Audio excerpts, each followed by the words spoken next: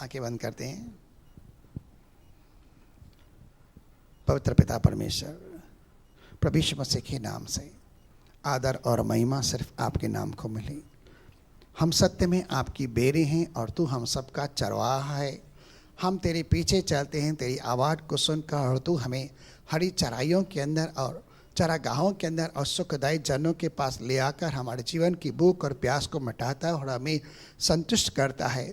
पिता, आपका हम दिल से धन्यवाद करते हैं कि प्रतिदिन आप हमारे बोझों को उठाते हैं और मुट्ठी खोलकर हमें प्रतिदिन का आहार देते हैं और हमें कदापि किसी रीति से लज्जित निंदित न होने देते हैं, परंतु हर समय आप हमारे साथ रहते हैं, हमारी रक्षा करते हैं और हमें हमारे ही ज़मीन के आगे भी और तेरे आगे हमारे मन मस्तिष्क को आप ऊंचा उठाते हैं। आपका दिल से धन्यवाद करते हैं। सारा आदर महिमा हम तुझे देते हैं। आज की स्तुति आराधना के सारी बेटे हम आपके पवित्र नाम को अर्पित करते हैं और दुआ करते हैं इन गवाहियों के द्वारा भी आपके नाम की बड़ी महिमा हो। पिता, आप जीवित हैं, हमारे साथ हैं और आप विश्वास के आपके वचन हमारे प्रति पूरे होते हैं। पिता, हम चाहे विश्वास करें न करें, परंतु आप हमेशा हमारी रक्षा सुरक्षा करते रहते हैं।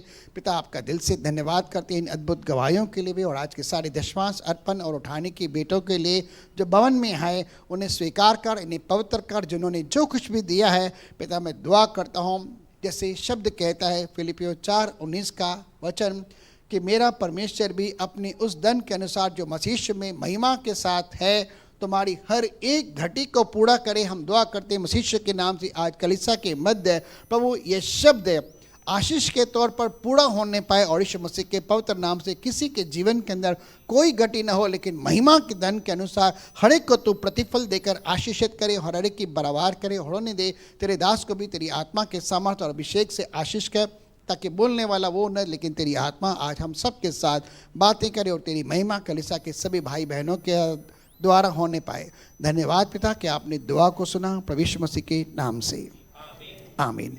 एक जोरदार ताली देते हैं परमेश्वर की महिमा के लिए। भाई कुमार तोलानी का परमेश्वर की वेदी के हक पर हम स्वागत करते हैं।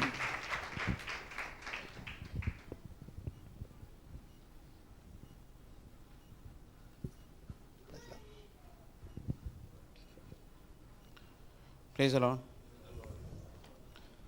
हम परमेश्वर के वचनों से बहुत सारी चीज़ें देख चुके हैं कि धार्मिक व्यक्ति का जीवन कैसे होता है। हमने उसके व्यवहार को देखा, उसके आत्मिक जीवन को देखा। आज हमारे सामने परमेश्वर का जो वचन है वो है परमेश्वर का वचन जो परमेश्वर धर्मियों को प्रतिफल देता है। और उनके प्रतिफल क्या है? परमेश्वर धार्मिक लोगों को प्रतिफल देता है। मैं फिर से इस बात को क्लियर करना चाहता हूँ।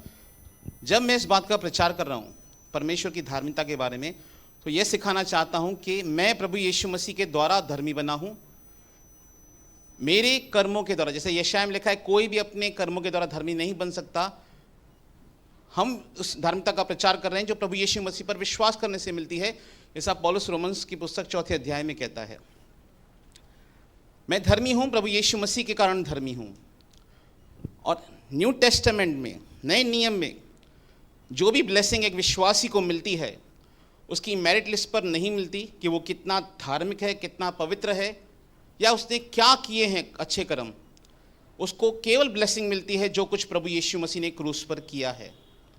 हम जो भी यीशु मसीह से, परमेश्वर से आशीष पाते हैं, वो किसके कारण पाते हैं? प्रभु यीशु मसीह के कारण पाते हैं। ये बात लिखी गई है 2 पत्रस 1 अध्याय में कि हमारे जीवन से, हमारी भक्ति से संबंधित हर एक चीज़ उसने हमें मसीह यीशु में दे दी है। यही बात पौलुस इफिसियस की कलीसिया को कहता है 1:4 के अंदर, उसने मसीह यीशु में तुम्हारी हर प्रकार की आत्मिक आशीष दी है। और क्योंकि हमें परमेश्वर ने धार्मिक बनाया और धार्मिक व्यक्तियों पर प्रभु की आशीष आती है, वही वचन हम देखने जा रहे हैं जो परमेश्वर का वचन हमें सिखाता है कि धार्मिक व्यक्तियों के जीवन में प्रभु कैसे आशीष करता है और कैसे प्रकार की आशीष को करता है। वही हम परमेश्वर के वचन से देखना चाहेंगे। बाइबल का पहला धार्मिकता का प्रचारक बना नूह। ये बात लिखी है 2 पत्रस 2 अध्याय के अंदर। और उसकी प्रचार में क्या था? वो क्या प्रचार करता था? नूह जब प्रचार करता था तो क्या प्रचार करता था? इसे धार्मिकता का प्रचारक कहा गया है। जैसे मैं धार्मिकता के बारे में सिखा रहा हूं या और कोई भी प्रभु के बारे में सिखाता है, तो वो क्या प्रचार करता था? वो यही प्रचार करता था कि अपने अपने पापों से मन फिराओ क्योंकि परमेश्वर का प्रकोप आने वाला है। नूह का प्रचार ये था। और हम भी यही प्रचार करते हैं कि जो कोई यीशु मसीह पर विश्वास करेगा वह नाश नहीं होगा परंतु अनंत जीवन पाएगा। यही परमेश्वर की हमारे लिए इच्छा है कि हम यीशु मसीह में उद्धार पाएं, अनंत जीवन पाएं और धार्मिक जीवन को पाएं। हमने यही सब बातें देखी हैं। हम परमेश्वर के वचन में जाएंगे धर्मियों के प्रतिफल में, क्योंकि परमेश्वर का वचन इब्रानी की पुस्तक उसके 11वें अध्याय उसके 6वें वचन में कहता है, जो कोई परमेश्वर के पास आता है उसे यह विश्वास करना चाहिए कि वह है और वह अपने खोजने वाले को प्रतिफल देता है। परमेश्वर प्रतिफल देने वाला परमेश्वर है, रिवॉर्ड देने वाला परमेश्वर है। और वो कैसे देता है रिवॉर्ड, हम परमेश्वर के वचन से देखेंगे। नीति वचन की पुस्तक 11 अध्याय 18वां वचन। जब मैं इस विषय पे प्रचार कर रहा था या सीख रहा था तो मुझे इंस्पिरेशन नीति वचन की पुस्तक से ही मिली थी, इसलिए मोस्ट वचन मुझे नीति वचन से ही मिले। पूरी बाइबल से मैंने वचन नहीं निकाले, क्योंकि इसी विषय को प्रभु ने मुझे यहाँ से सिखाया था। मैं पूरी बाइबल नहीं पढ़ के सिखा पाया, पर जितना मुझे आता है मैं उतना आपको सिखा पाता हूँ। 11:18 दुष्ट मिथ्या कमाई कमाता है, परंतु जो धर्म का बीज बोता उसको निश्चय फल मिलता है। लिखा है उसको निश्चय फल मिलता है। इंग्लिश में लिखा है but he him that sows righteousness shall be sure reward. जब कोई व्यक्ति धार्मिक व्यक्ति के समान जीवन बिताता है, परमेश्वर उसे रिवॉर्ड देता है। उसके रिवॉर्ड क्या है? अगर मैं परमेश्वर के पीछे चल रहा हूं और मैं खराई से चल रहा हूं, तो परमेश्वर मुझे क्या प्रतिफल देता है? नीति वचन की पुस्तक 2 अध्याय उसका 7वां वचन पढ़िए। क्या करता है परमेश्वर? कौन सी ब्लेसिंग देता है? वह सीधे लोगों के लिए खड़ी बुद्धि रख छोड़ता है। किसके लिए? कौन रख छोड़ता है? He lays up sound wisdom for the righteous। वो धर्मियों के लिए खरी बुद्धि रख छोड़ता है। और बाइबल बताती है जो बुद्धि स्वर्ग से आती है वो कैसी होती है? वो कैसी होती है? वो मिलनसार होती है। मैं इस विषय को लास्ट मंडे बाइबल स्टडी पे भाइयों को सिखा रहा था, क्योंकि कलीसिया में हम देखते हैं जब हम विश्वास में आगे बढ़ते हैं, सेवा में आगे बढ़ते हैं, तो एक समस्या हमारे सामने कॉमन आती है। सबके मन में एक ही सवाल आता है, मेरा क्या? जैसे चेले आपस में लड़ते थे, हमको क्या मिलेगा? यीशु मसीह चला जाएगा स्वर्ग में तो पोस्ट किसको मिलेगी? तो मैं इस बारे में सिखा रहा था ब्रदर्स को, और सिखा रहा था याकूब की पुस्तक में से। याकूब की पुस्तक कौन सी बुद्धि है वो? इब्रानी की पुस्तक 3 अध्याय, ध्यान से पढ़िए। 13 से पढ़ेंगे, 13 से लेके 18 तक पढ़ेंगे। याकूब की पुस्तक। यहां पर जो वर्ड यूज किया गया है ज्ञानवान, हिंदी में एग्जैक्टली इसमें ज्ञान नहीं लिखा गया, इसमें बुद्धि लिखी गई है। इंग्लिश में से विजडम लिखा गया है। आप पढ़ेंगे, आपको दिखाई देख सकता है सामने। तुम में ज्ञानवान और समझदार कौन है? तुम में बुद्धिमान और समझदार कौन है? याकूब पूछता है, हमसे पूछता है, कलीसिया से पूछता है। जो ऐसा हो वह अपने कामों को अच्छे चाल चलन से उस नम्रता सहित प्रकट करे। जो ऐसा हो, बुद्धिमान हो, समझदार हो, वो कैसा प्रकट करे मैं बुद्धिमान हूं? अपने कामों को अच्छे चाल चलन से, अपने कामों को अच्छे चाल चलन से प्रकट करे। उस नम्रता सहित प्रकट करे, उस नम्रता से प्रकट करे जो ज्ञान से उत्पन्न होती है, जो बुद्धि से होती है। मैंने हमेशा कहा है नम्रता एक मनोदशा है। क्या है? नम्रता एक मनोदशा है कि मैं अपने बारे में क्या सोचता हूं। क्या मैं अपने आप को दूसरों से बेहतर समझता हूं, या मैं अपने आप को दूसरों से बेहतर नहीं समझता हूं? ये कॉमन थॉट है एक विश्वासी के मन में आने का। मेरे सामने भी ऐसे थॉट्स आते हैं, और मैं हमेशा यही बात कन्फेस करता हूं जब से मैंने बात सीखी है, जो बात एलिया कहता है कि मैं अपने पुरखाओं से बेहतर नहीं हूं। मैं अपने किसी ब्रदर से, मैं अपने किसी सिस्टर से चर्च में बेहतर नहीं हूं। मैं उनके समान एक समान हूं। क्योंकि अहंकार कब आता है? जब मैं अपने आप को दूसरों से सुपीरियर समझता हूं। और याकूब कहता है तुम में ऐसा कौन है जो ऐसा हो वो अपने कामों को अच्छे चाल चलन से, उस नम्रता से प्रकट करे जो ज्ञान से अर्थात बुद्धि से उत्पन्न होती है। इंग्लिश में लिखा है let him show out of the good conversation his work with the meekness of wisdom. Bible में लिखा है जितनी बातों की तू लालसा करता है उनमें सबसे श्रेष्ठ क्या है? बुद्धि है। क्यों? क्योंकि बुद्धि कहती है मेरे द्वारा राजा राज्य करते हैं। और दूसरी बात बुद्धि कहती है जो मुझे बहुत अच्छी लगती है, बुद्धि कहती है मैं जो बुद्धि हूं सो अहंकार से घृणा करती हूं। जब एक व्यक्ति सही बुद्धि में चलता है परमेश्वर की बुद्धि में चलता है उसे पता चलेगा कि मेरे अंदर अहंकार आ रहा है और मुझे अहंकार से बाहर निकलना है। लिखा है बुद्धिमान का चाल चलन अपनी चाल चलन की चौकसी करना है। मैं कैसा चल रहा हूं मसीह जीवन के अंदर, मैं कहां गलत हूं। मैं हमेशा इस बात को कहता हूं, यदि भी मैं प्रचार करता हूं, मैं अपने अंदर बहुत सारी गलतियों को देखता हूं। मैं कुछ अपने जीवन के दौर से गुजरा था, इस कुछ दिनों के दौर से, तो परमेश्वर ने मुझे अपने जीवन के प्रति एक चेतावनी दी, क्योंकि मैं उस दिशा में जा रहा था जो परमेश्वर के वचन के अनुसार नहीं थी। और बहुत दिनों से मैंने वो वचन नहीं पढ़ा था, बहुत दिनों से मैंने वो वचन नहीं पढ़ा था। और अचानक से परमेश्वर ने, मैं जब सो रहा था, मेरे हृदय में ये वचन मुझे स्मरण आया। और जब मुझे वो वचन परमेश्वर का स्मरण आया तो मैंने अपने आप को चेक किया कि मैं कहाँ गलती कर रहा हूँ अपने जीवन के अंदर। ये वचन मेरे पास सीधा हृदय में आया है, रेमा वर्ड के समान। तो मैं कहाँ गलतियाँ कर रहा हूँ अपने जीवन के अंदर। मुझे वचन आया 2 तीमुथियुस उसके 4 अध्याय से कि देमास ने इस संसार को प्रिय जानकर मुझे छोड़ दिया है। तो मैं इसको चेक करने लगा कि देमास ने क्या किया था जो उसने पौलुस को छोड़ दिया था और संसार में चला गया था, और प्रभु का ये वचन मेरे पास क्यों आया है। तो मैंने अपने जीवन के अंदर देखा कि कुछ चीज़ें ऐसी थी जो मेरे अंदर भी संसारिकता को लेकर आ रही थी। ये नहीं कि मैं प्रचारक हूं तो मुझसे गलतियां नहीं होती हैं, मुझसे भी गलतियां होती हैं। मुझे अंदर संसार दिखाई देता है। और संसार का प्रेम है क्या? यूहन्ना कहते हैं आंखों की अभिलाषा है, जिंदगी का अहंकार है और शरीर की अभिलाषाएं हैं। तो जब परमेश्वर का वचन मेरे पास आया, मैंने फिर से परमेश्वर के सामने पश्चाताप किया और प्रार्थना की प्रभु से, प्रभु मैं आपसे अनुग्रह मांगता हूं प्रभु कि मुझे इस सोच से, इस संसारिक सोच में से निकलने में आप सहायता और मदद कीजिए कि मैं देमास के समान और सुलेमान के समान अपनी ज़िंदगी खराब नहीं करना चाहता कि शुरुआत तो बहुत अच्छी करूं और अंत में एकदम मैं खराब हो जाऊं। मेरे कहने का तात्पर्य क्या है? ये सिखाना कि जब मैं ये बातें सिखा रहा हूं तो कहीं ना कहीं मेरे अंदर भी ऐसी बातें होती हैं जो सही नहीं है, पर परमेश्वर मुझे हमेशा गाइड करता है। और वो केवल मुझे गाइड नहीं करता, वो हम सबको गाइड करता है जब हम गलत दिशा में जाते हैं अपने मसीह जीवन के अंदर।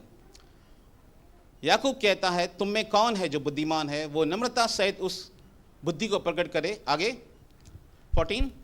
पर यदि तुम अपने अपने मन में कड़वी डाह और विरोध रखते हो, अगर तुम अपने हृदय में, कलीसिया में भाई बहनों के विषय में कहता है, अगर हम अपने हृदय में बिटर एनवी रखते हैं एक दूसरे के प्रति, अगर मैं अपने हृदय में कड़वाहट रखता हूं, मैं बैर रखता हूं, झगड़े रखता हूं अपने हृदय के अंदर, हाँ, तो सत्य के विरोध में घमंड न करना, तो सत्य के विरोध में घमंड मत करना, हाँ, और न तो झूठ बोलना।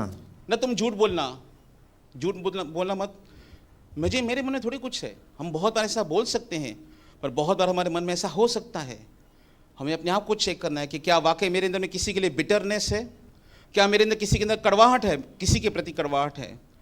हमने क्या पढ़ा? वो खरे लोगों के लिए सही बुद्धि छोड़ रखता है। तो बुद्धि कौन सी है? यह बुद्धि है, आगे, यह ज्ञान वह नहीं द जो wisdom does not descend not from above, यह बुद्धि वह नहीं जो ऊपर से उतरती है, वरन सांसारिक और शारीरिक और शैतानी है। ये कौन सी बुद्धि है? एक वचन लिखा है, मैं समझता हूं इंग्लिश में वो से पढ़ नहीं पाए शायद, 14 में लिखा है उसको, जो खराबी है वो दिखाई नहीं गई एग्जैक्टली 14 के अंदर। मैं आपके लिए पढ़ता हूं याकूब की पुस्तक 3 अध्याय उसका 14 वचन। एक वर्ड मिस है यहां पर। न्यू किंग जेम्स वर्जन्स में ये बात लिखी है, but if you have a bitter envy and self seeking in your hearts. Self seeking मतलब सेल्फिश एम्बिशंस, खुद की स्वार्थी आकांक्षाएं। क्योंकि बहुत बार ये कंप्लेंट्स हमें एज ए सेवक प्रभु के मिलती है कि बहुत से लोग हमें ये कंप्लेंट करते हैं, मुझे कोई पूछता नहीं है, मुझे मौका नहीं मिलता। इस तरह की बातें हम चर्च में बहुत कॉमनली सुनते हैं। हम सब यहाँ पे परमेश्वर के लोग हैं, प्रभु की आराधना करने के लिए आए हैं। सेल्फ सीकिंग क्या है? क्योंकि हम सब जो मनुष्य हैं किस में पैदा हुए हैं? स्वार्थ में पैदा हुए हैं। हम सब स्वार्थ में पैदा हुए हैं, परंतु मसीह में जब हम आते हैं तो मसीह हमें निस्वार्थ जीवन की ओर लेके जाता है। और ये बुद्धि जो है, जो स्वार्थी आकांक्षाओं से चलती है, बहुत बार हम बुरा मानते हैं। बहुत बार ये चर्च में कंप्लेन मिलती है। मैं अपनी कलीसिया की बात कर रहा हूँ, दिल्ली की कलीसिया की बात नहीं कर रहा हूँ, मैं अपनी कलीसिया की बात कर रहा हूँ। मुझसे हाथ नहीं मिलाया, मुझसे प्रेज द लॉर्ड नहीं किया, मुझसे मेरे घर विजिटिंग नहीं की, क्योंकि हम अपने आप में इतने ऑक्यूपाइड हैं। किससे ऑक्यूपाइड हैं? हम अपने स्वार्थ से ऑक्यूपाइड हैं। हम अपने आप के सिवा किसी को समझते नहीं और किसी की ओर देखते नहीं हैं। याकूब कहता है if you have a self seeking, अगर तुम्हारे अंदर स्वार्थी आकांक्षाएं चर्च के अंदर एज अ प्रभु का दास या प्रभु का बेटा या बेटी के अंदर, तो ये कहता है ये एक बहुत ही बुरी बुद्धि है। और ये बुद्धि कहां से आती है? वो शैतानी बुद्धि है। इंस्पायर कहां से हुई है? शैतान से इंस्पायर हुई है। शैतान क्यों गिरा स्वर्ग से? जब वो स्वर्गदूत था उसके अंदर क्या था? Self seeking. क्या था सेल्फ सीकिंग? कि लोग मेरी महिमा करें, परमेश्वर की महिमा न करें। और हम इस स्वभाव से, आदम के स्वभाव में पैदा होते हैं, पर जब मसीह में आते हैं हम नई सृष्टि बनते हैं। पर जब हम कलीसिया में आते हैं, परमेश्वर का वचन हमें सिखाता है कि हमें सेल्फ से बाहर निकलना बहुत ज़रूरी है। ये सबसे बड़ी लड़ाई है अपने आप से। पॉल कहता है मैं अपने आप को मारता कूटता अपने वश में लाता हूँ। जैसे मैंने हमेशा कहा है, वॉचमैन नी ने कहा जब कोई व्यक्ति मैच्योर्ड बनता है मसीह में तो उसे पता चलता है समस्या बाहर नहीं, समस्या मेरे अंदर है। समस्या कहीं और नहीं है, समस्या मेरे अंदर है, मेरे स्वभाव के अंदर है, जिसमें मुझे चेंज होना बहुत ज़रूरी है। If you have a self seeking in your hearts, do not boast and lie against the truth. हमें स्वार्थी आकांक्षाओं से बाहर निकलना है। कहां से निकलना है? स्वार्थी आकांक्षाओं से। मेरा क्या, मुझे चर्च में मौका नहीं मिलता गीत गाने का ज़्यादा, मुझे प्रचार का मौका नहीं मिलता, मुझे ये काम नहीं मिलता, मुझे वो काम नहीं मिलता। हम किसकी ओर जा रहे हैं? हम अपनी ओर आ रहे हैं। बॉडी ऑफ क्राइस्ट क्या है? मैंने हमेशा ये बात सिखाई है, परमेश्वर का वचन भी यही सिखाता है, जब एक अंग दूसरे अंग की सहायता करता है, जब एक बिलीवर दूसरे बिलीवर की सहायता करता है। कैसे? प्रार्थना से। पॉल कहता है तुम भी प्रार्थना के द्वारा हमारी सहायता करो। जब एक बॉडी ऑफ पार्ट दूसरे बॉडी की हेल्प करता है तभी बॉडी ग्रो करती है। जब एक बॉडी का पार्ट दूसरी बॉडी को हेल्प नहीं करता, बॉडी के पार्ट को, वो बॉडी कभी भी तरक्की नहीं करती है। और हम मसीह की देह हैं और हमें इन स्वार्थी आकांक्षाओं से बाहर निकलना है। ये खरी बुद्धि है। बुद्धि का मूल्य बहुत बड़ा है, कभी उसके ऊपर पूरी मीटिंग ली जा सकती है, उसके बारे में विशेष बताया जा सकता है, पर संक्षेप में अगर बताया जाए तो क्या कहता है Yakub? If you have a self seeking, अगर तुम्हारे अंदर स्वार्थी आकांक्षाएं हैं तो सत्य के विरोध में घमंड न करना। क्यों? 15 वचन भी पढ़ेंगे। यह ज्ञान वह नहीं, यह ज्ञान वह नहीं जो ऊपर से उतरता है, वरन सांसारिक और शारीरिक और शैतानी है। संसारिक है, शारीरिक है और शैतानी है। इंस्पायर कहां से हुआ? शैतान से। और शैतान हमेशा आपको आपकी फ्लैश पे ध्यान दिलाना की कोशिश करेगा। तेरा क्या, तुझे क्या मिला। इससे एक विश्वासी को बाहर निकलना है। केवल कलीसिया में नहीं है ये बात केवल कलीसिया में नहीं है, घर में भी अप्लाई होती है, बिजनेस में भी अप्लाई होती है, हर जगह अप्लाई होती है। अगर मैं केवल अपने बारे में ही सोचता हूं, अपने विषय में ही सोचता रहता हूं, दूसरों के बारे में नहीं, तो कहीं ना कहीं मेरे अंदर समस्या है। मैं खरी बुद्धि में नहीं चल पा रहा हूं। बिजनेस में भी ये बात है, परिवार में भी ये बात है कि मैं कैसे एक निस्वार्थी व्यक्ति बन सकता हूं। पॉल कहता है फिलिप्पी की पुस्तक 2 अध्याय में, दूसरों को अपने से बेहतर समझो। कैसे समझ सकता है एक व्यक्ति बेहतर? जब वो खरी बुद्धि में चलेगा। और परमेश्वर अपने बच्चों को खरी बुद्धि दे चुका है। हमें खरी बुद्धि बाहर से आएगी कि हमारे अंदर है? हमारे अंदर है। कोलोसियंस में लिखा है मसीह के अंदर बुद्धि और ज्ञान के सारे भंडार छुपे हुए हैं। All the treasure of wisdom and knowledge are hidden in Christ Jesus. तो यीशु मसीह कहां पर है? हमारे अंदर है। तो बुद्धि कहां पर है? हमारे अंदर है। कैसे सर्च करेंगे? बुद्धि कैसे मिलती है? मैंने हमेशा सिखाया ये बात। इसको कंप्लीट करके इसके बाद आगे जाऊंगा। 16 इसीलिए बहुत ही महत्वपूर्ण वचन आ रहा है 16 एज अ चर्च। इसीलिए कि जहां डाह और विरोध होता है, जहां पर भी एक दूसरे के प्रति बैर होता है, और इंग्लिश में लिखा है for where is a envy and a self seeking exist. जहां पर भी कलीसिया में, परिवार में, बिजनेस में स्वार्थी आकांक्षाएं रहती हैं, वहां पर क्या होता है? वहां बखेरा और हर प्रकार का दुष्कर्म भी होता है। And every evil thing are there. हर बुराई कहां पर होती है? वहां पर होती है जहां पर स्वार्थी आकांक्षाएं होती है। अगर 2 बिजनेसमैन हैं, साथ में काम कर रहे हैं, दो भाई हैं, अगर एक स्वार्थी बन जाए, केवल अपनी सोचे, अपने भाई की नहीं सोचे बिजनेस के अंदर, वो कहां पर क्या होगा? बुराई होगी। परिवार में अगर मैं अपनी सोचूं, अपने परिवार की नहीं सोचूं, तो क्या होगा? वहां पे बुराई होगी। कलीसिया में अगर मैं अपने बारे में सोचूं, दूसरे के बारे में सोचूं ही नहीं, वहां पर क्या है? लिखा है एक वर्जन के अंदर, every evil is present there. कितना ही खतरनाक वचन है ये।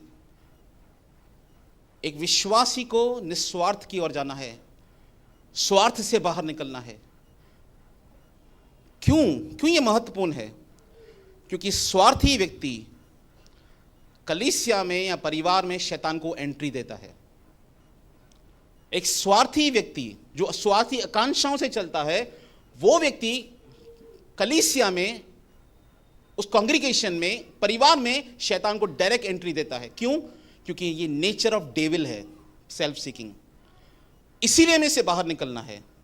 और जो बुद्धि आती है, वो बुद्धि जो परमेश्वर की बुद्धि है, इनसे बैर करती है, इनसे घृणा करती है, उस नेचर से दूर भागती है। मैं नहीं कहता कि सेल्फ सीकिंग हमारे सामने नहीं आती है, मेरे सामने भी आती है, पर उससे निकलना पड़ता है कि नहीं, मैं परमेश्वर का जन हूं, मैं ऐसे नहीं सोचूंगा, मैं ऐसे व्यवहार नहीं करूंगा। हमारे सामने भी सेल्फ सीकिंग आती है, स्वार्थी आकांक्षाएं आती हैं, पर स्वार्थी आकांक्षाओं से निकलना पड़ता है अपने विचारों के अंदर ही। नहीं, मैं ऐसा नहीं करूंगा। For where is envy and a self-seeking exist, confusion and every evil things are there. Hindi में पढ़ेंगे इसे। इसलिए एक विश्वासी को इन स्वार्थी आकांक्षाओं से निकलना बहुत जरूरी है। इसीलिए कि जहाँ डाह और विरोध होता है, जहां पर भी डाह है, जहां पे विरोध है, विरोध मतलब स्वार्थी आकांक्षाएं हैं, इसका सही अनुवाद, वहां बखेरा और हर प्रकार का दुष्कर्म भी होता है। वहां हर प्रकार की बुराई होगी, जहां पर ये सब चीजें हैं। आगे, पर जो ज्ञान ऊपर से आता है, जो बुद्धि ऊपर से आती है, इंग्लिश में लिखा है the wisdom that come from above. जो बुद्धि ऊपर से आती है वो कैसी होती है? वह पहले तो पवित्र होता है। उसके थॉट प्रोसेस क्या होते हैं? वो पवित्रता की ओर लेके जाएगी। जो बुद्धि ऊपर से आती है वो कहाँ लेके जाएगी? पवित्रता की ओर लेके जाएगी। हाँ, और फिर मिलनसार, वो मिलनसार होगी। कोमल और मृदु भाव और दया। मिलनसार कैसे? पीसेबल, लोगों के साथ एक समान होकर चलेगा, मिलनसार होगा वो व्यक्ति, एक्सक्लूसिव नहीं होगा। यीशु मसीह ने कहा तुम जगत के नमक हो। नमक एक्सक्लूसिव होता है, वो आसानी से घुल जाता है। परमेश्वर का जन एक्सक्लूसिव कभी नहीं हो सकता किसी के लिए भी। वो पीसेबल होता है, वो सबके साथ मिलनसार होता है, वो बुद्धि में चलता है। ये खरी बुद्धि जो परमेश्वर में देना चाहता है या दे चुका है। वह जो बुद्धि ऊपर से आती है वो पहले पवित्र होती है, फिर मिलनसार और कोमल होती है। जैसे हमने यीशु मसीह के नेचर में देखा था, रेस्ट इन क्राइस्ट में, वो जेंटल था, कोमल था लोगों के प्रति, विशेष करके उन लोगों के प्रति जो संघर्ष कर रहे थे अपने मसीह जीवन के अंदर, विश्वासी जीवन के अंदर। वो प्रति कोमल था, उनके प्रति कोमल था, मृद भाव, दया और अच्छे फलों से लदा हुआ, पक्षपात और कपट रहित होता है। यह वो बुद्धि है जो परमेश्वर अपने लोगों को देना चाहता है। वो खरे लोगों के लिए सही बुद्धि रख छोड़ता है। मिलाप करने वाले 18 पढ़ेंगे। और मिलाप कराने वालों के लिए धार्मिकता का फल मेल मिलाप के साथ बोया जाता है।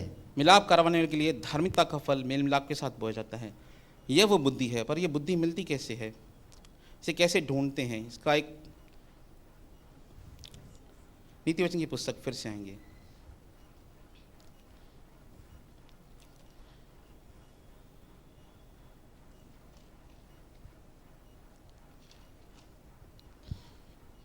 दो अध्याय 1 से लेके पढ़ेंगे।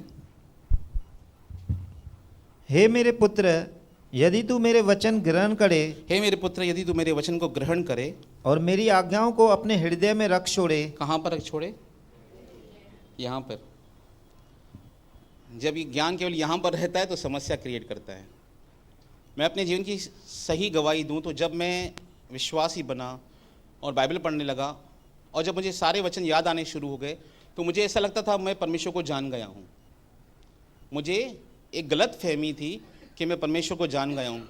क्यों गलत फहमी थी मुझे? क्योंकि मुझे सारे वचन याद थे। केवल वचन कहाँ पर लिखा है इसको पढ़ने से, इसको कोट करने से कोई परमेश्वर को नहीं जानता।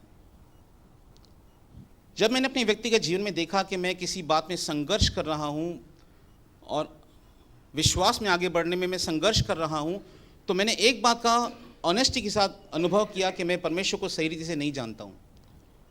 और मैंने परमेश्वर से प्रार्थना करना शुरू की कि प्रभु, मैंने बाइबल पूरा पढ़ लिया, मुझे पूरा बाइबल आता है, कौन सा वचन कहाँ पर लिखा है सब मुझे पता है, पर व्यक्तिगत रूप से मैं आपको नहीं समझता हूँ। एज अ पिता के दृष्टिकोण से अगर देखूँ मैं आपको, आप एक भले पिता है या आप कैसे विचार मेरे रखते हैं, मैं आपको उस रीति से समझ नहीं पाया हूँ आज तक। मैं आपको केवल थियोरेटिकली के समझाऊँ, मैं केवल आपको ज्ञान से, वचनों के ज्ञान से समझाऊँ, पर आपको व्यक्तिगत रूप से अब तक समझा नहीं हूँ। मैं आपसे प्रार्थना करता हूँ कि आप अपने आप को मुझ पर प्रकट करें।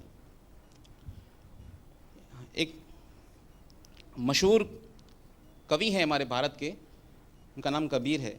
उनका एक बहुत बड़ा फेमस दोहा है, मैं एक बार ट्रेन में जा रहा था, वो पढ़ा था। उसमें लिखा था, पोथी पढ़ी पढ़ी जग मुआ, पंडित भया न कोय, ढाई अखर प्रेम के पढ़े सो पंडित होए। उसका मतलब है शास्त्रों को पढ़कर कोई ज्ञानी नहीं बन सकता। अगर वो केवल प्रेम को समझ रहे, अढ़ाई अखर हिंदी के वो समझ जाए प्रेम को, तो वो पंडित बन गया। जिसने परमेश्वर के प्रेम को समझा वो सही ज्ञानी और बुद्धिमान है। मुझे बहुत अच्छा लगता था उनकी, भले ही मैं उनकी फिलॉसफी को नहीं मानता, पर वो अच्छे कवि थे हमारे भारत के। कहने का मतलब क्या है, हे मेरे पुत्र, यदि तू मेरे वचन को ग्रहण करे और कहाँ पर रखे, अपने हृदय में। क्यों हृदय में रखे? भजनकार कहता है कि मैंने तेरा वचन कहाँ पर रखा है, हृदय में रखा है। क्यों? ताकि तेरे विरुद्ध पाप न करूं। क्योंकि जब आपके सामने पाप आएगा और अगर आपके हृदय में वचन होगा, तब आपको परमेश्वर का वचन सुना रहेगा, नहीं मैं ऐसा व्यक्ति नहीं हूँ, मुझे नहीं करना ये पाप, मुझे व्यभिचार नहीं करना है, मुझे कुदृष्टि नहीं देखनी है, मुझे लालच नहीं करनी है, मुझे पराय धन के पीछे नहीं भागना है। जब आपके अंदर परमेश्वर का वचन रहेगा आपके हृदय के अंदर। हाँ, और बुद्धि की बात ध्यान से सुने। कैसे सुने? ध्यान से सुने। और समझ की बात मन लगाकर सोचे। और प्रवीणता और समझ के लिए अति यत्न से पुकारे। प्रवीणता और समझ के लिए कैसे पुकारे? अति यत्न से पुकारे। और उसको चांदी की नाई ढूंढे। कैसे सामान ढूंढे? क्या रेट चल रहा है ब्रदर आज की तारीख में? 1.5 लाख रुपए किलो, 1,20,000 रुपया सोने का भाव हो चुका है। मूल्यवान चीजें हैं, उसको चांदी के समान ढूंढे और गुप्त धन के समान उसी खोज में लगा रहे। गुप्त धन के समान उसकी खोज करे तो तू यहोवा के भय को समझेगा, तो तुझे परमेश्वर का भय समझ में आएगा, तो तुझे ईश्वर का भय समझ में आएगा, तो तुझे खरी बुद्धि मिलेगी। आगे, और परमेश्वर का ज्ञान तुझे प्राप्त होगा। तब परमेश्वर का ज्ञान तुझे प्राप्त होगा। आगे, क्योंकि बुद्धि यहोवा ही देता है। कौन देता है? बुद्धि प्रभु ही देता है। ज्ञान और समझ की बातें उसी के मुंह से निकलती है। ज्ञान और बुद्धि की बातें उसी के मुंह से निकलती है। मैं हमेशा एक एग्जाम्पल देता हूं लोगों को इसके विषय में।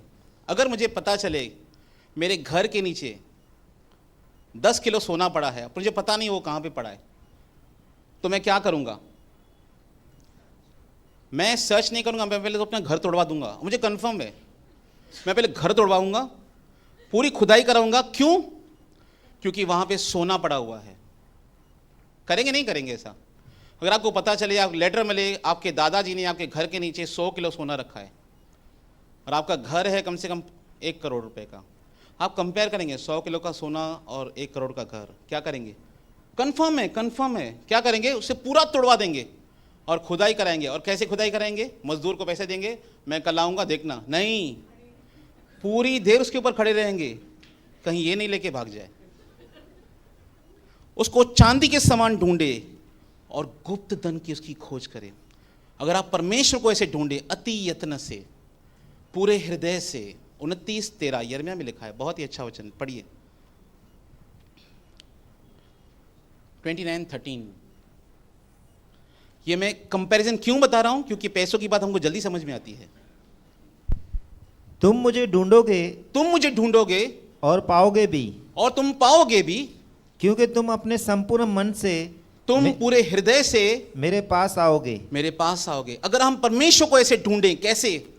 जैसे कोई गुप्त धन को खोजता है। और दाऊद ऐसा व्यक्ति था, वो कहता है कि हे परमेश्वर, तेरी व्यवस्था मुझे कैसी प्रिय लगती है, वो मुझे मूंगों से भी कहीं अधिक उत्तम लगती है, डायमंड से भी अच्छी लगती है। क्यों? क्योंकि इसी से तेरा दास सिखाया जाता है। जो परमेश्वर की बुद्धि है, जब कोई इसके अनुसार चलता है, वो सफलता की ओर आगे बढ़ता है। 10 किलो सोना पूरी जिंदगी नहीं चल सकता, पर ईश्वर के कहे हुए वचन के ऊपर चलकर हम पूरी जिंदगी संपन्नता की ओर जा सकते हैं। ये बुद्धि काम करती है। बुद्धि का व्याख्यान बहुत बड़ा है, मैंने कहा उसके ऊपर अलग से हम संदर्भ में मिट्टी लिख सकते हैं, पर परमेश्वर का वचन क्या कहता है? वह खरे लोगों के लिए बुद्धि रख छोड़ता है। और बुद्धि कौन सी होती है? वो मिलनसार होती है, मेल मिलाप के साथ होती है, स्वार्थी आकांक्षाओं से बाहर होती है। और वो बुद्धि बाहर से नहीं आती, वो बुद्धि हमारे हृदय के अंदर है। ये बात पौलुस कहता है 1 कोरिन्थियंस के अंदर।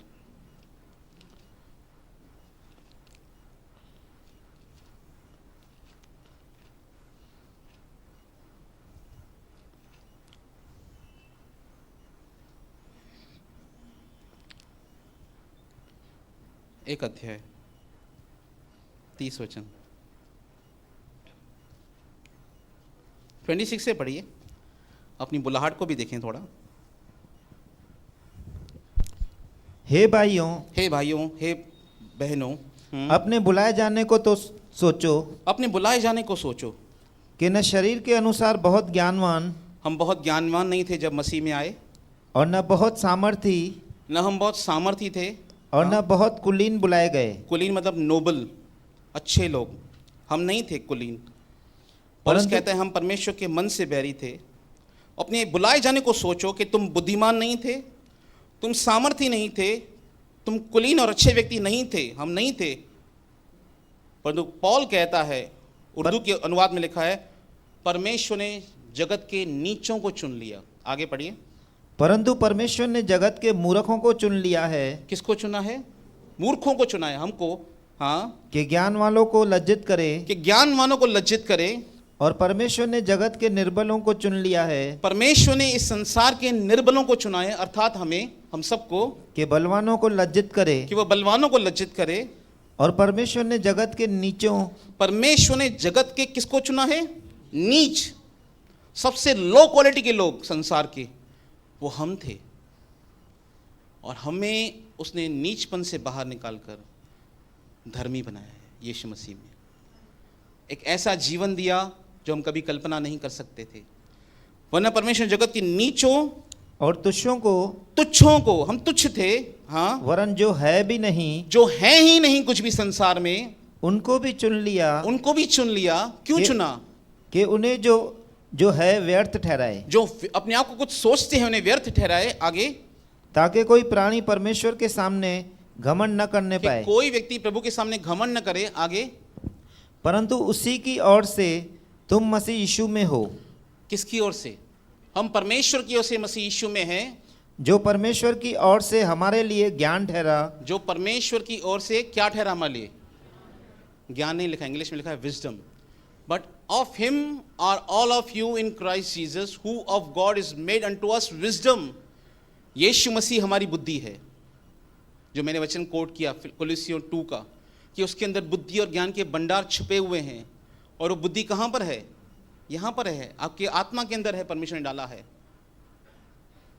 हाँ, वो हमारे लिए बुद्धि और हमारे लिए ज्ञान ठहरा, अर्थात धर्म और पवित्रता और छुटकारा। वो हमारे लिए बुद्धि ठहरा। यीशु मसीह हमारी धार्मिकता बना, यीशु मसीह हमारी पवित्रता बना, और यीशु मसीह हमारा छुटकारा बना। यीशु मसीह के द्वारा हमने ये सब कुछ प्राप्त किया है। वो खरी बुद्धि हमें किससे, कहाँ से मिली है? परमेश्वर के द्वारा मिली है। और वो कैसे ऑपरेट होती है? वो बुद्धि कैसे ऑपरेट होती है? फिलेमोन 1:6 के अनुसार ऑपरेट होती है। पढ़िए 1:6।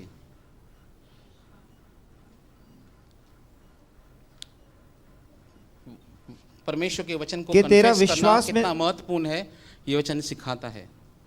कि तेरा विश्वास में सहभागी होना, कि विश्वास में तेरा सहभागी होना तुम्हारी सारी भलाई की पहचान में मसीह के लिए प्रभावशाली हो। The communication of your faith. Communication किसे कहते हैं? जब हम किसी से बातें करते हैं, जैसे कम्युनिकेशन कहते हैं। The communication of your faith में बिकम इफेक्चुअल।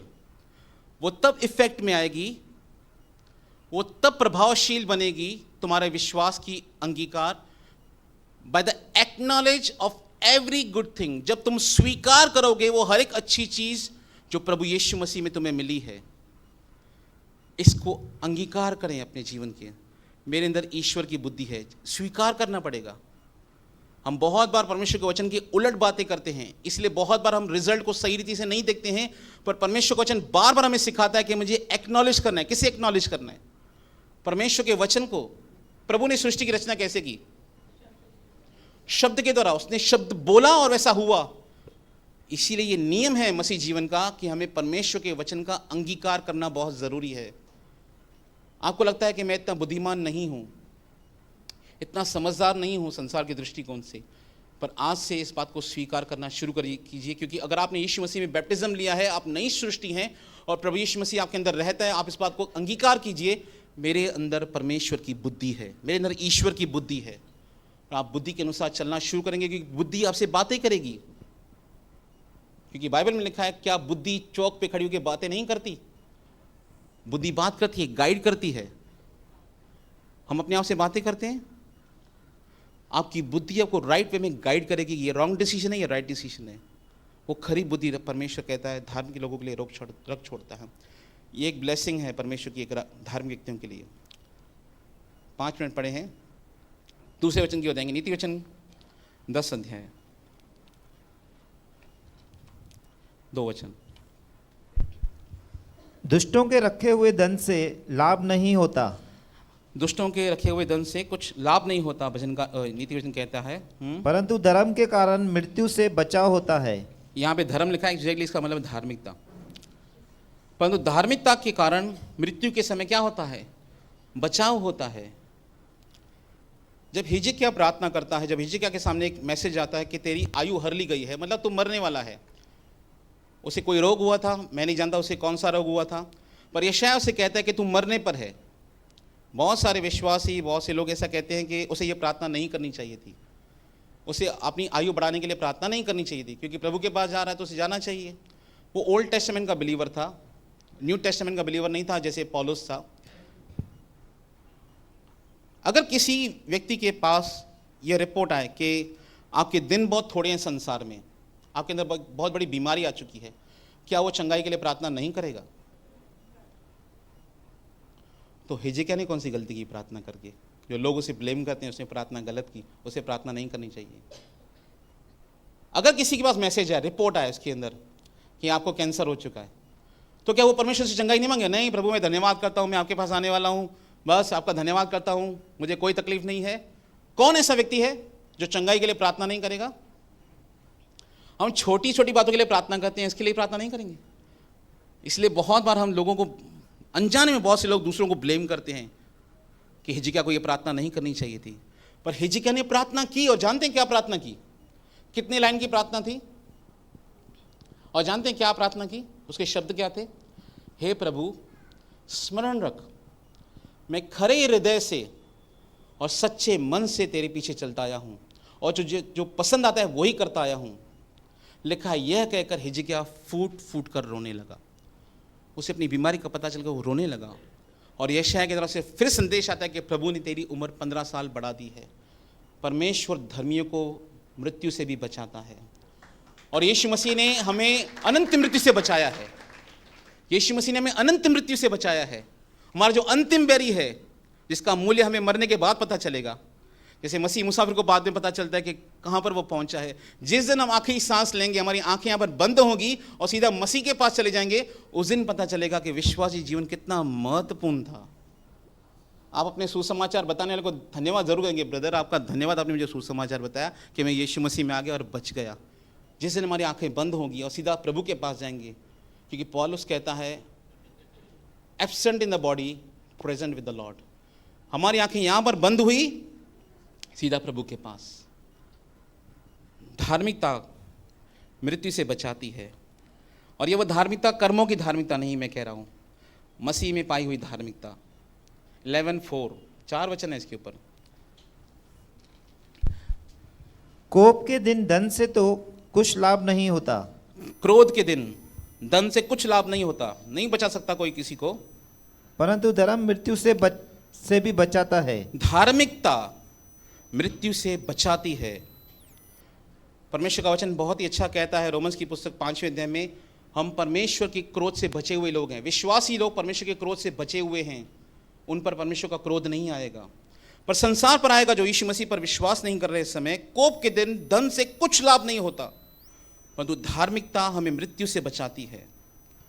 परमेश्वर मृत्यु से बचाता है। और एक वचन लिखा है, भजन संहिता में लिखा है, मैं समझता हूं धर्मियों की मृत्यु प्रभु के सामने बहुत ही अनमोल होती है। धर्मियों की मृत्यु क्या होती है? प्रभु के सामने अनमोल होती है। जब मूसा मरा तब परमेश्वर खुद से मिट्टी देने के लिए आया था। परमेश्वर का बहुत ही ध्यान रहता है अपने बच्चों के ऊपर। एक और वचन पढ़ेंगे 12:28।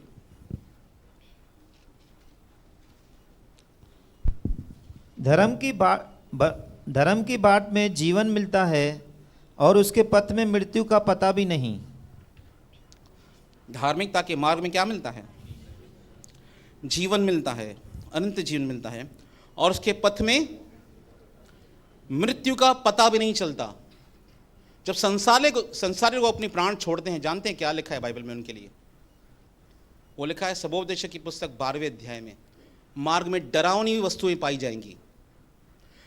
बहुत से लोग मरने से डरते हैं। जब उनका अंतिम समय आता है, वो 5 मिनट लास्ट के रहते हैं ना, वो डरते हैं बहुत। जानते हैं क्यों डरते हैं? अगर आपने किसी को देखा है मरते हुए, तो किसी बुजुर्ग को, क्योंकि उसे पता नहीं मैं कहां जा रहा हूं। और सुलेमान कहता है मार्ग में डरावनी वस्तुएं पाई जाएंगी, क्योंकि वहां पे जो जा रहा है वह अधलोक की ओर जा रहा है। पर धर्मी कहां पहुंचता है?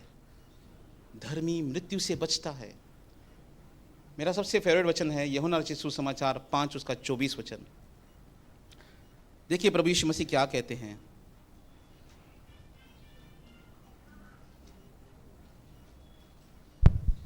मैं तुमसे सच सच कहता हूं, मैं तुमसे सच सच कहता हूं। यीशु मसीह कहते हैं विश्वासियों से, हमसे जो उनका अनुसरण कर रहे हैं, मैं तुमसे सच सच कहता हूं, जो मेरा वचन सुनकर मेरे भेजने वाले की प्रतीति करता है, जो मेरा वचन सुनकर मेरे परमेश्वर पिता पर विश्वास करता है, अनंत जीवन उसका है। अनंत जीवन उसका है, और उस पर दंड की आज्ञा नहीं होती, उस पर कोई पनिशमेंट नहीं आएगी। परमेश्वर कहता है, परंतु वह मृत्यु से पार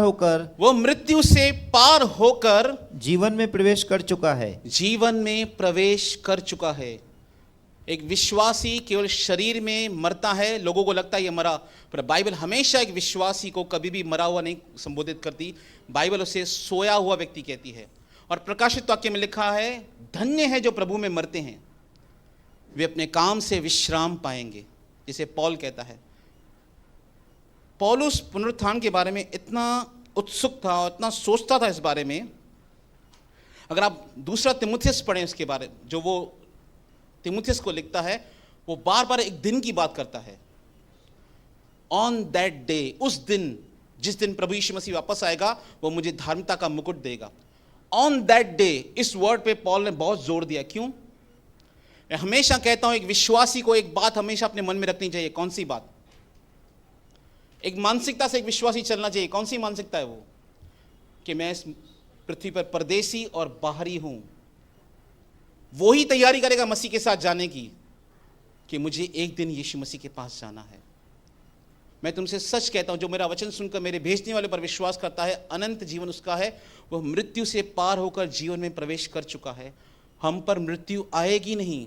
लोगों को लगेगा ये मर चुका क्योंकि इसने शरीर को छोड़ा है, पर जैसे ही हम यहाँ पे सांस छोड़ेंगे, विश्वासी लोग सीधा प्रभु के पास चले जाएंगे। प्रभु का वचन कहता है। लास्ट वचन पढ़ेंगे 14:32। ये लास्ट वचन है मृत्यु के बारे में, कि कैसे प्रभु मृत्यु से बचाता है। 2 वचन पढ़ाऊंगा मृत्यु के बारे में। दुष्ट मनुष्य बुराई करता हुआ नाश हो जाता है, दुष्ट मनुष्य बुराई करता हुआ नष्ट हो जाता है, परंतु धर्मी को मृत्यु के समय भी शरण मिलती है। धर्मी को मृत्यु के समय भी शरण मिलती है। जब वो मरता है उसे तब भी शरण मिलती है। भजन संहिता 18, कैसे परमेश्वर किसी को मृत्यु से बचाता है। अगर आपको लगता है कि ऐसी कोई बीमारी आपको परेशान कर रही है, जिससे आप संघर्ष कर रहे हैं, मैं आपको इनकरेज करना चाहूँगा, आप प्रार्थना करें। अंगीकार करें, यीशु के कोड़े खाने से मैं चंगा हो गया हूँ, प्रभु की चंगाई को ग्रहण करें। और इस वचन को देखिए क्या लिखता है। दाऊद भजन संहिता 18 क्यों लिखता है जानते हैं?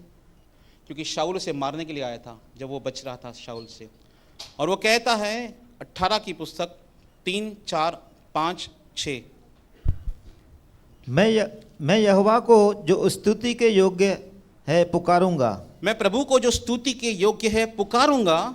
इस प्रकार मैं अपने शत्रुओं से बचाया जाऊंगा, इस रीति से मैं अपने शत्रुओं से बचाया जाऊंगा। एक भजन संहिता में वो कहता है ज्यों ही मैं प्रभु को पुकारूंगा मेरे शत्रु उल्टे फिरना शुरू हो जाएंगे। जब हम यहाँ पे प्रभु की स्तुति करते हैं, मैं सच कहता हूँ, जब हम यहाँ पे स्तुति करते हैं परमेश्वर हमारे बने बिगड़े हुए कामों को फिर से बनाता है। जब हम यहाँ पे आराधना करते हैं, जब हम यहाँ पे महिमा करते हैं, तब परमेश्वर हमारे बिगड़े हुए कामों को बनाता है। जब यहोशापात युद्ध करने के लिए गया, वो स्तुति आराधना करते हुए गया, परमेश्वर ने उसके लिए खुद लड़ा। मैं प्रभु को जो स्तुति के योग्य है पुकारूंगा और इस रीति से अपने शत्रुओं से बचाया जाऊंगा। 4, मृत्यु की रस्सियों से मैं चारों ओर से गिर गया हूँ, मृत्यु की रस्सियों से मैं चारों ओर घिर गया हूँ। शाऊल ने उसे घेर लिया था मारने के लिए। और अधर्म की बाढ़ ने मुझको भयभीत कर दिया, अधर्म की बाढ़ ने मुझे भयभीत कर दिया था, क्योंकि मृत्यु मेरे सामने आई थी। शाऊल तलवार लेके सामने खड़ा था। पाताल की रस्सियां मेरे चारों ओर थी, पाताल की रस्सियां मेरे चारों ओर थी, और मृत्यु के फंदे मुझ पर आए थे। मृत्यु के फंदे मुझ पर आए थे। मुझे ऐसा लग रहा था कि मैं बस मरने पर हूं। आगे, अपने संकट में अपने संकट में, इंग्लिश में कहा इन माय डिस्ट्रेस, मेरी तकलीफ के समय मैंने किसको पुकारा? मैंने यहोवा परमेश्वर को पुकारा, मैंने परमेश्वर को पुकारा, मैंने परमेश्वर को दुहाई दी, मैंने परमेश्वर से प्रार्थना की। हाँ, मैंने अपने परमेश्वर की दुहाई दी, मैंने अपने परमेश्वर से प्रार्थना की और उसने अपने मंदिर में से मेरी बातें सुनी। परमेश्वर ने मेरी प्रार्थना सुनी है। जानते हैं धार्मिकता के रिवॉर्ड में एक सबसे बड़ा रिवॉर्ड जानते हैं कौन सा है? लिखा है the prayer of a righteous is the delight of the Lord. मतलब धर्मियों की प्रार्थना उसे बहुत अच्छी लगती है। हम डिलाइट होते हैं ना, कि अगर कोई किसी अच्छी आइसक्रीम खा ले, अरे यार क्या आइसक्रीम है, डिलाइट हो जाते हैं। लिखा है prayer of a righteous is the delight of the Lord. जब कोई धार्मिक व्यक्ति परमेश्वर से प्रार्थना करता है, परमेश्वर को यह बात बहुत अच्छी लगती है, वो डिलाइट करता है, उसके अंदर उसे खुशी मिलती है, उसके अंदर उसकी प्रार्थनाओं में। धर्मियों की प्रार्थनाओं में से बहुत खुशी मिलती है। परमेश्वर का वचन कहता है in my distress I call upon the Lord. संकट के दिन मैंने प्रभु को पुकारा। मैंने अपने परमेश्वर की दुहाई दी, मैंने अपने परमेश्वर की दुहाई दी, और उसने अपने मंदिर में से मेरी बातें सुनी। उसने अपने पवित्र मंदिर में से मेरी बातें सुनी, और मेरी दुहाई उसके पास पहुंचकर उसके कानों में पड़ी। प्रभु के कानों में मेरी प्रार्थना पहुंची, और प्रभु ने, वो आगे लिखता है कि मुझे मृत्यु के फंदों से बाहर निकाला है। एक लास्ट वर्ड पढ़ाना चाहूँगा, मुझे याद आ रहा है, इसके लिए आपको 2 कोरिन्थियंस चैप्टर 1। पौल एक परिस्थिति के अंदर फंस चुका था, और उस परिस्थिति में 2 कोरिन्थियंस चैप्टर 1 उसका 8 वचन पढ़िए। हे भाइयों, हम नहीं चाहते कि तुम हमारे उस कलेश से अनजान रहो। पौलुस कहता है कि मैं भाइयों में तुम्हें बताना चाहता हूं कि मैं कैसी समस्या के अंदर आ चुका था, जो आसिया में हम पर पड़ा। आसिया एक प्रांत है जहाँ पे वो सेवकाई करने के लिए गया था। हाँ, कि ऐसे भारी बोझ से दब गए थे। ऐसी समस्या, ऐसे बोझ से मैं दब गया था। भारी बोझ, बोझ नहीं कहता वो, भारी बोझ कहता है, जो हमारी सामर्थ्य से बाहर था। सहने से बाहर एक समस्या में पौलुस आ चुका था। आगे, यहाँ तक कि हम जीवन से भी हाथ धो बैठे थे। यहाँ तक कि हम जीवन से हाथ धो बैठे थे। मतलब ऐसा लग रहा था कि बस द एंड है, मैं मरने वाला हूँ, मैं जीवन से हाथ धो रहा हूँ। आगे, वरन हमने अपने मन में समझ लिया था, ऐसा लग रहा है, पौलुस कहता है मेरे मन में, मुझे ऐसा लग रहा था, ऐसे थॉट्स थे मेरे माइंड के अंदर, कि हम पर मृत्यु की आज्ञा हो चुकी है। बस मेरा लास्ट मोमेंट आ चुका है अभी प्रभु के पास जाने का। उस समय क्या होता है कि हम अपना भरोसा न रखें, कि मैं अपना भरोसा नहीं रखूं, वरन परमेश्वर का जो मरे हुओं को जिलाता है। अब मुझे केवल प्रभु पे भरोसा है, क्योंकि प्रभु मुझे पुनरुत्थान के दिन वापस जीवित कर देगा। हाँ, उसी ने हमें ऐसी बड़ी मृत्यु से बचाया, उसी ने हमें ऐसी मृत्यु के बड़े संकट से बचाया और बचाएगा। और उससे हमारी यह आशा है, उस पर हमारी ये आशा है कि वह आगे को भी बचाता रहेगा। वो आगे भी हमको बचाता रहेगा। किसके कारण बचते हैं हम? प्रभु यीशु मसीह के कारण बचते हैं, क्योंकि उसी ने हमें धर्मी बनाया है, उसी के द्वारा हमें बुद्धि मिलती है और उसी के द्वारा हम मृत्यु से बचाए गए हैं। बहुत सारी बातें हैं, प्रभु आपको आशीष करे, अगले समय में हम ज़रूर देखेंगे।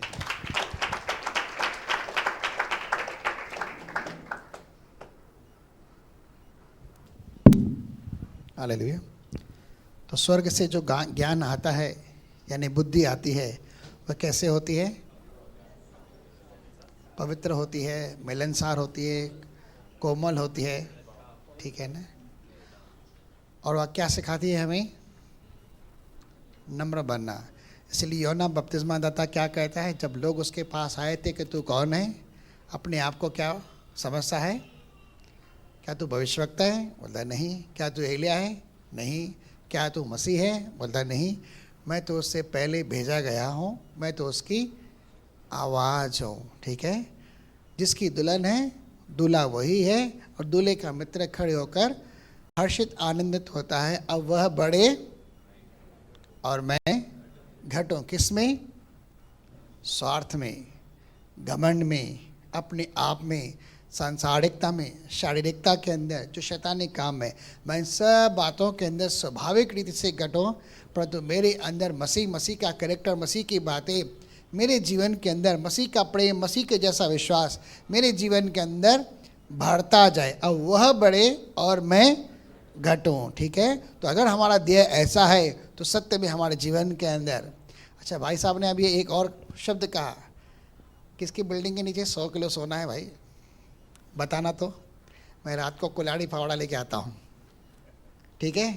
फटाफट फ़ोन करके बताना, मैं आता हूँ निकालने के लिए। चलिए आंखें बंद करते हैं।